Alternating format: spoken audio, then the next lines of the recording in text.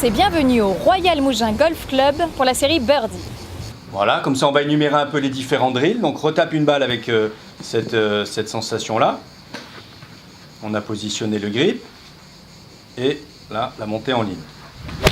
Au programme aujourd'hui, de la pédagogie avec Stéphane Damiano de la Prime Golf Academy qui rejoindra Michel Téché sur le parcours pour des mises en situation. Et enfin l'interview d'Elisabeth Boisson, ainsi que de belles surprises à venir. Bon programme à tous. Salut Stéphane. Bonjour Mélodie, bienvenue au Royal. Merci beaucoup. Bienvenue Enrico à la Prime Golf Academy, bienvenue au Royal Mougins. Merci Stéphane. Nous allons procéder à la leçon, l'analyse Trackman comme on l'appelle. C'est-à-dire donc le Trackman va mesurer tout ce que fait ta balle, tout ce que fait le club dans la zone de l'impact et va suivre la balle jusqu'au bout de la trajectoire et synchroniser avec des vidéos. On va faire quelques wedges, quelques fair sets, quelques drives sur le parcours et ensuite j'analyserai les chiffres. Je mettrai ça en rapport avec l'analyse vidéo et ressortira quelques exercices simples, quelques notions simples pour toi pour améliorer ton jeu. Toute la partie analyse des chiffres, etc., je la garde pour moi. Je peux t'expliquer quelques chiffres, mais quelquefois ça ne sert à rien de compliquer les choses pour l'élève. D'accord. Voilà, allons-y. Merci. Allez Enrico, tape-moi un wedge garde ton grip naturel, tape une balle.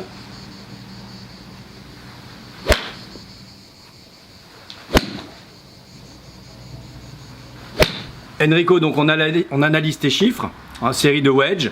On voit que la face de club est toujours ouverte et que ton chemin est nettement par-dessus. Donc évidemment, tu vas couper la balle, une balle qui va te sortir à droite et qui va en plus tourner à droite. Donc pas un très bon contrôle sur tes wedges. On combinera ça avec la vidéo pour comprendre pourquoi. Mais voici déjà les premières pistes. Cette face de club donc, et une direction de swing quand même un peu trop à gauche. Parce que pour avoir un chemin de club à 0 et donc pas d'effet, il faudrait que la direction de ton swing soit de la moitié à gauche de l'angle d'attaque. Au fair set, on a vu que tu étais très à l'aise avec ton fair set. Les moyennes sont très très bonnes et même si on prend les balles individuelles, on voit là tu as un faisceau de balles qui est très régulier. Ce n'est pas étonnant. Une face de club square, chemin de club quasi square, bravo. Même si tu m'as fait remarquer que l'angle d'attaque n'était pas très descendant, c'est très très bien, il ne faut pas non plus exagérer. Bien, mets-toi sur la baguette. Alors, drill 1, on va l'appeler comme ça, c'était le grip. Donc, on a vu que tu avais une main gauche un peu trop dessous, où tu voyais l'intérieur de ton pouce et le bout de tes doigts. On le tourne un petit peu au-dessus. De combien? Le test est simple, tu peux coincer ta face de club contre une roue de chariot, l'arête de quelque chose, là on va se servir de mon pied. Pousse comme si tu traversais la balle. Jusqu'à ce que tu aies le sentiment que ta face reste square. Voilà, le pied n'est pas tout à fait plat, donc c'est... Voilà. Bon. Et tu peux remettre comme avant et te dire, ah bah tiens, ça s'ouvre. Ouais. Voilà, tu peux sentir. Donc tu me corriges un peu cette main gauche. Voilà, forcément ça aura une influence sur le reste, mais on verra ce que ça donne. Recule un tout petit peu, voilà. Drill numéro 2, Enrico, le takeaway. Tu démarrais un peu trop in front, un peu trop devant. Pourquoi ça m'embête? Parce que l'ensemble de ton swing est un peu par-dessus. Donc ça serait intéressant que tu montes en ligne et ça pourrait déjà nous aider à tout amener un peu plus derrière sans se compliquer la vie et donc revenir un peu plus de l'intérieur. Attention, pas question de coucher le club sous le plan, c'est juste une subtilité, c'est déjà bien ce que tu fais. Donc cette sensation de monter en ligne, tu peux mettre une baguette au sol, c'est très efficace, en tire ce takeaway. Drill numéro 3, ce qu'on va appeler ton sway, qui n'est pas toujours un sway, mais de temps en temps, place-toi contre le poteau. Tu te fais plaisir. Alors viens là, je vais te montrer un petit peu, là, mimer un peu ce que tu fais. Tu viens vraiment, tu exagères quand même de venir à droite. Tu l'exagères. De temps en temps, c'est très bien. De temps en temps, vraiment, tu l'exagères. On a fait tout à l'heure des tests sur tes appuis. Il semblerait que tu sois quand même quelqu'un qui ait besoin de venir chercher l'appui sur la jambe droite. Donc pas de problème, garde-le. Il faut juste trouver le juste milieu. Quand tu commences à trop bouger, il faut le mettre en musique. Il faut avoir un super rythme. Si tu es sous pression, ça ne tiendra pas. Tu risques d'accélérer et comme par hasard, problème de contact de balle. Donc, pour ce drill, reviens te placer. On peut mettre un poteau, un sac, une baguette plantée dans l'herbe si tu as la chance de taper des balles sur l'herbe. Et l'idée, c'est que tu ne viennes pas le pousser, le faire tomber, mais que ça tourne, voilà, que ça aille vers l'arrière. Quitte à ce que tu retrouves un peu la sensation de ce genou qui ne va pas trop à l'intérieur, mais qui viendrait plutôt se plier vers la pointe de pied. Là aussi, un juste milieu à trouver. Mime un peu le geste avec le poteau. Voilà, tu auras peut-être le sentiment que ça te limite dans ta rotation, mais c'est pas plus mal parce qu'on a vu que en lâchant un peu trop les appuis, tu venais tourner à plus de 110 degrés, ça commence à être beaucoup, il n'y a pas forcément d'intérêt chez quelqu'un qui est costaud comme toi, qui peut tracter le club, développer de la vitesse grâce aux muscles. Donc le drill numéro 3. Ensuite, reviens sur la petite baguette, On va parler de la transition. Tu vas monter, t'arrêter en haut de l'élan. Voilà, tu as quand même une transition, c'est-à-dire changement de direction dans ton swing, qui revient légèrement par-dessus. Donc une fois que tu as amené le club devant, forcément il revient devant. Surtout si en plus tu es déjà monté un peu devant. Ouais. Donc on aura un peu corrigé le par-dessus si on est monté plus en ligne, remonte. Et on le corrigera encore un peu plus si tu as quand même le sentiment que lorsque tu changes de direction, c'est d'abord pour tirer les bras vers le bas. Bien sûr, ça redémarre par le bas du corps avec les hanches qui tournent. Mais ça ne t'empêche pas d'avoir le sentiment que tes mains, elles traquent le club droit à la verticale vers mon pied, vers ta cheville, on va dire, tire, vas-y, voilà, cette sensation-là, au lieu de les laisser partir devant. Donc on vient placer le club à l'intérieur, ce qui va faciliter aussi un retour intérieur. Donc ce serait notre drill numéro 4. Donc maintenant on va regarder, c'est sur un fer 4, là, c'était plutôt un bon coup celui-là. On va voir ton takeaway sur les longs clubs est assez en ligne, ce qui n'était pas le cas avec les wedges. C'est pour ça que sur les wedges, j'ai vraiment demandé de faire ce takeaway-là en fait. On va voir une petite pause. Ok, quand en haut de l'élan, tu viens quand même quelquefois beaucoup te décaler. Pas trop sur cette balle, c'était une bonne balle, mais c'est assez aléatoire. Quelquefois oui, quelquefois non. C'est pour ça qu'il faut trouver quand même un équilibre et qu'on stabilise ce souhait à la montée, de ne pas exagérer ce transfert de poids à droite. De rester beaucoup plus centré, voire de venir un peu squatter sur la jambe gauche. À la montée ou dans le downswing pour qu'il y ait une bonne poussée verticale à travers la balle que tu utilises très bien naturellement. Sur la transition, quelquefois tu le fais plus ou moins, mais tes mains vont venir vraiment d'abord devant avant de redescendre, ce qui continue de t'amener sur un plan extérieur. Voilà, et ta traversée, elle est assez bonne, tu es un sportif, tu lâches les coups, les bras s'allongent, tu développes de la vitesse, tout va bien. Alors suite à cette analyse à Trackman et vidéo avec Enrico, je lui ai proposé donc 4 exercices. Le premier, c'est le réglage de son grip de main gauche. Le deuxième était le takeaway plus en ligne. Le troisième était surtout au niveau du souhait de ne pas exagérer ce déplacement latéral vers la droite. Et le quatrième, qui était un petit peu moins important pour lui, pour ça je l'ai mis en quatrième, est la transition. C'était de revenir un peu plus de l'intérieur au lieu de pousser d'abord le club à l'extérieur. L'intérêt du Trackman était surtout d'avoir des notions justes, de ne pas deviner ce que faisait Enrico, mais finalement de le mesurer. Et ensuite, on s'en est servi aussi comme un feedback. C'est-à-dire qu'au fur et à mesure des corrections, on voit si le chemin de club, la phase de club, se sont ajustés ou restent dans l'erreur, de façon à peut-être appuyer un petit peu plus sur la correction, l'exagérer, pour que quelque chose évolue réellement, concrètement, au niveau de ce que fait le club dans l'espace, et donc ce que fait la trajectoire de balle.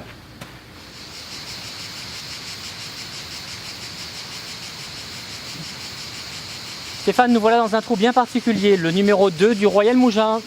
Exact, le trou numéro 2 est un beau par 3, son nom c'est le saut de l'ange. Vous avez vite compris pourquoi, c'est le trou signature du parcours parce qu'il est assez exceptionnel. On a plein d'autres jolis trous, mais on a choisi celui-ci. Alors c'est un coup, je tenais vraiment à venir ici avec toi, pourquoi? Eh bien parce que quand on part très largement au-dessus du niveau du green, eh bien on dit toujours qu'on gagne en distance. Sauf qu'aujourd'hui, eh bien, non seulement on gagne toujours en distance, mais on a aussi un vent contre. Donc est-ce que le vent contre va annuler ce gain de distance ou est-ce qu'on est toujours dans du gain?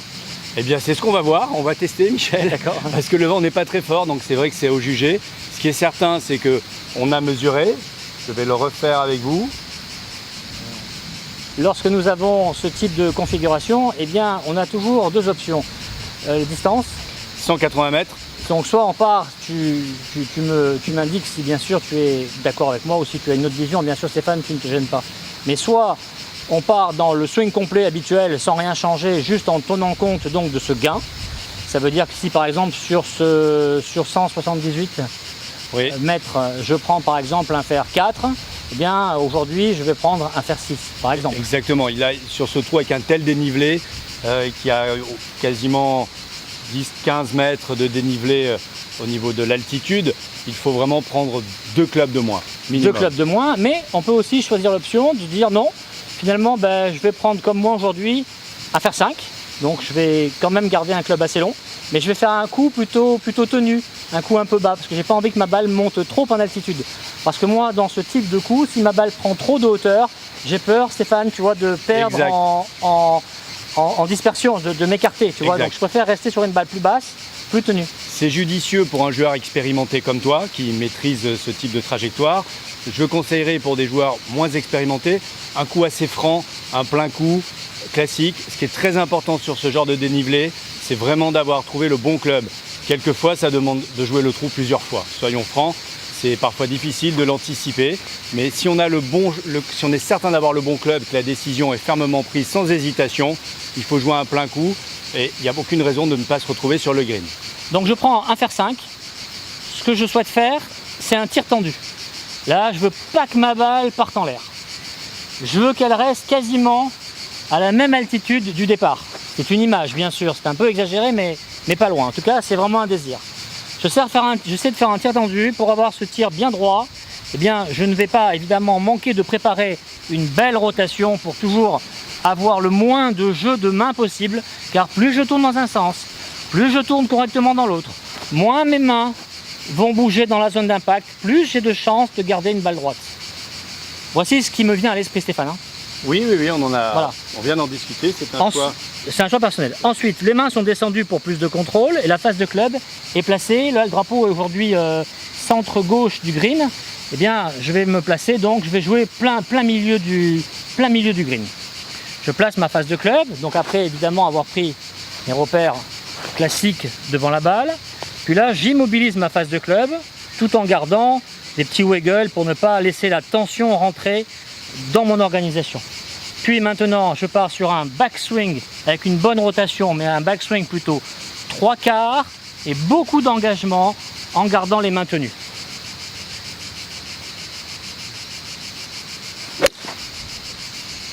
Au final, effectivement, elle monte plus, mais elle monte pas aussi haut que si j'avais pris un plein swing, tu vois. Complètement. À toi de jouer, Stéphane. Alors à moi, le challenge est difficile parce Michel vient de réussir un coup magnifique. Je vais prendre une option différente pour vous montrer des alternatives de stratégie. Je vais choisir la simplicité absolue. Normalement, à cette distance, je dis normalement parce que vous connaissez le golf, il y a des petits aléas parfois, mais normalement c'est un fer 7. Pour moi, cette distance-là, grâce à ce gros dénivelé, je ne tape pas mon fer 7 à 180 mètres, mais il y a vraiment un gros dénivelé et je vais choisir un plein coup simple en relâchement.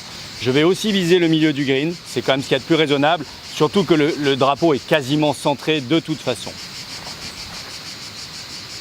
Bien sûr, les petits principes d'alignement. Pour ma part, je préfère faire d'abord les petits swings d'essai avant de vérifier mon alignement.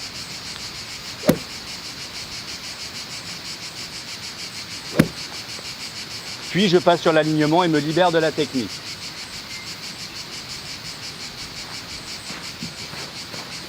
Un point de repère à 40 cm de la balle, je place ma face de club, bien perpendiculaire à cette ligne. Pieds joints en face du club, de façon à bien placer ma balle dans mon stance. Je la laisse au milieu et d'avoir la ligne des pieds à peu près parallèle à la ligne de jeu. Pour ma part, j'aime bien reculer un tout petit peu le pied droit.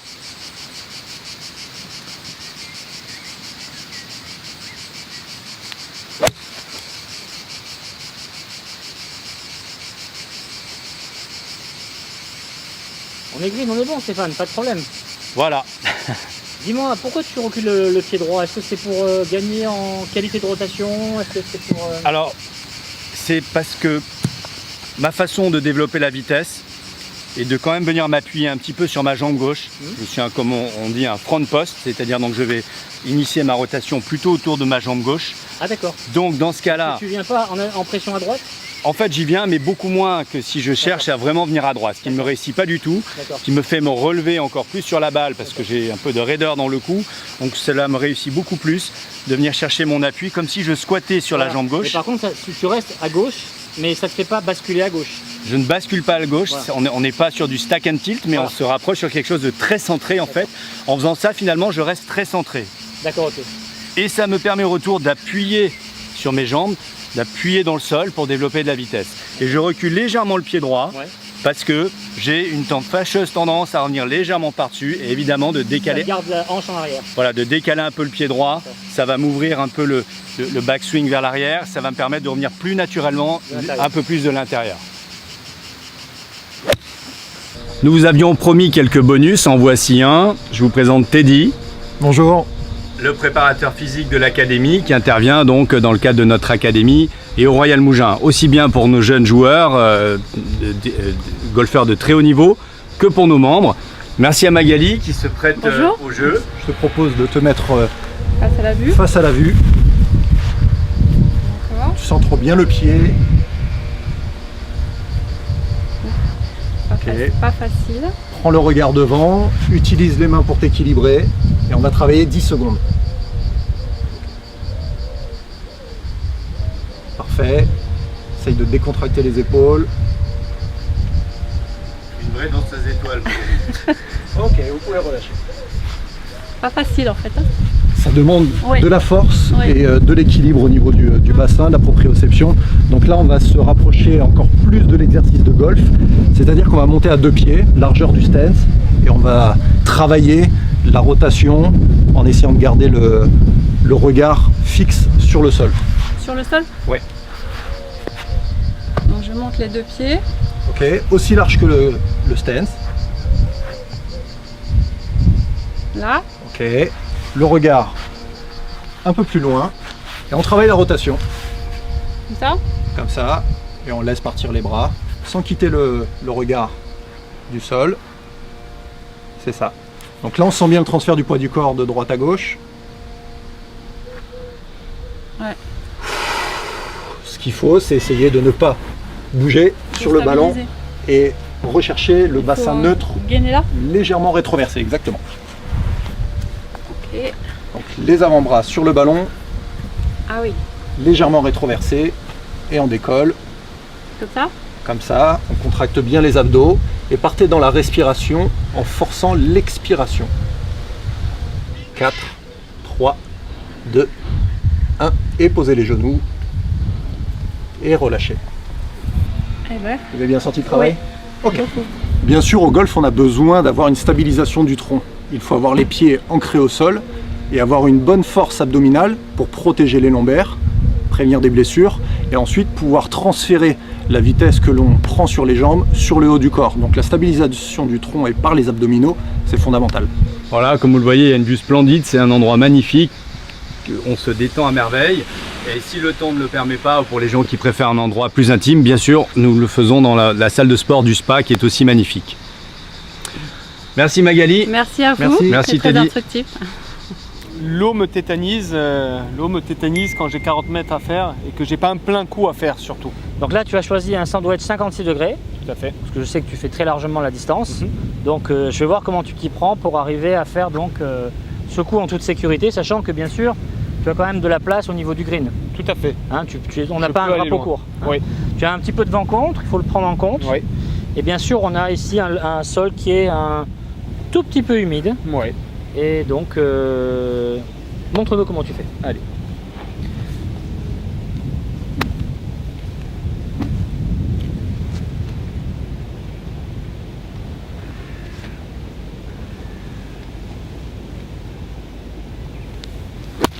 Voilà.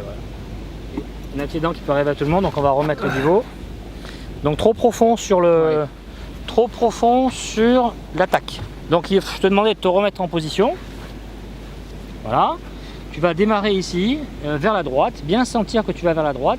Et puis maintenant, tu vas à la fois te laisser glisser sur la jambe gauche et tourner avec la hanche. Ouais. Tu vas laisser la hanche vraiment accompagner. D'accord? Donc on est ici bien stabilisé 50-50. On démarre ici, on se place à droite, mais pas trop haut, pas trop haut. Tu vois, pas trop armé. Ouais. Et là, tu te laisses glisser à gauche en tournant. D'accord? J'aimerais que tu aies cette sensation présente en toi, de vraiment te laisser transférer sur la jambe gauche, de manière à ce que ton club soit vraiment tracté vers l'avant. Ouais. Ne te passe pas quand tu veux, tu peux y aller. Et bien la face de club droite, pas trop ouverte. Très bien. Tu peux, si tu veux, descendre un tout petit peu le pied gauche pour t'aider à tourner.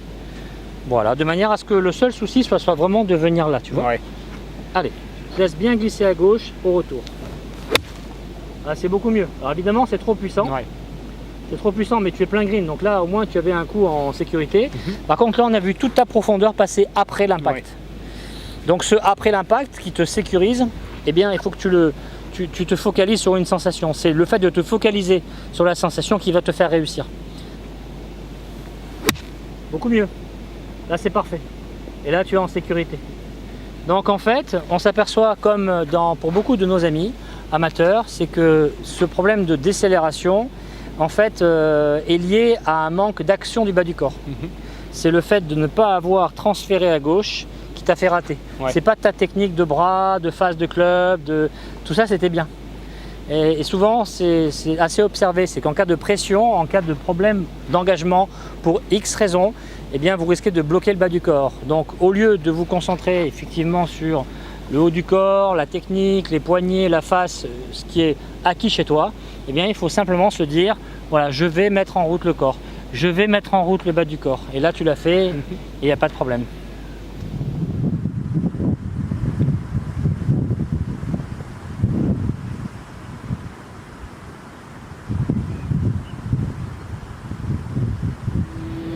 Alors nous vous avons choisi une approche que nous ne souhaitons à personne, un petit peu difficile, c'est-à-dire un bord de green dans le rough, avec une tombée de green en descente, donc compliqué évidemment pour arrêter la balle au drapeau. Si il n'y avait pas ce rough, nous vous conseillerons évidemment de putter, ça serait vraiment la solution la plus simple. Mais là on est bien obligé de faire sortir cette balle de cette herbe haute parce qu'elle ne va pas rouler dans le rough. Donc moi je vais faire une option, Michel en fera une autre. Je vais choisir une solution où je vais beaucoup ouvrir mon club, créer du loft. J'ai déjà pris un 58 degrés que je vais en plus ouvrir afin d'avoir un loft très ouvert pour vraiment lever la balle tout de suite, mais mollement, pour qu'elle tombe vraiment à peine à l'entrée du green, même si c'est en descente, on n'a pas trop le choix sur ce coup-là, donc la faire tomber assez haut par rapport à la pente à droite, entrée de green, et la laisser glisser toute seule vers le drapeau. Pour être sûr d'assurer un bon contact, je vais me pencher à gauche pour vraiment pouvoir attaquer la balle directement, mais pas trop, sinon je vais fermer mon loft, donc juste un petit peu à gauche. Ma balle sera en arrière du stance pour quand même favoriser le contact balle club, la perfection du contact balle club, sinon je vais prendre trop d'herbe et là à nouveau la balle ne sortira pas bien. Et je vais rester dans un petit système de balancier, mais attention, pas les poignets raides. Je dis par balancier que je ne veux pas faire un swing avec un armement, etc. Donc je ne rentre pas dans un coup lobé. La balle va faire un petit lob grâce à la face. Mais la technique, c'est finalement la technique d'une petite approche, d'un petit chip autour du green.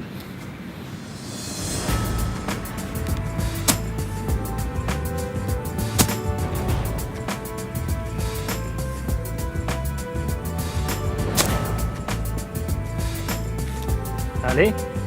Oui.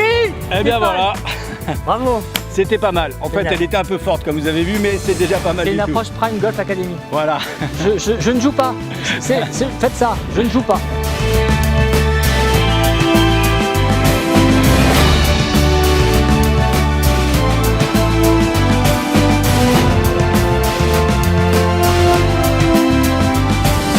Merci à tous d'avoir suivi le programme, j'espère que ça vous a plu. À bientôt pour un prochain épisode.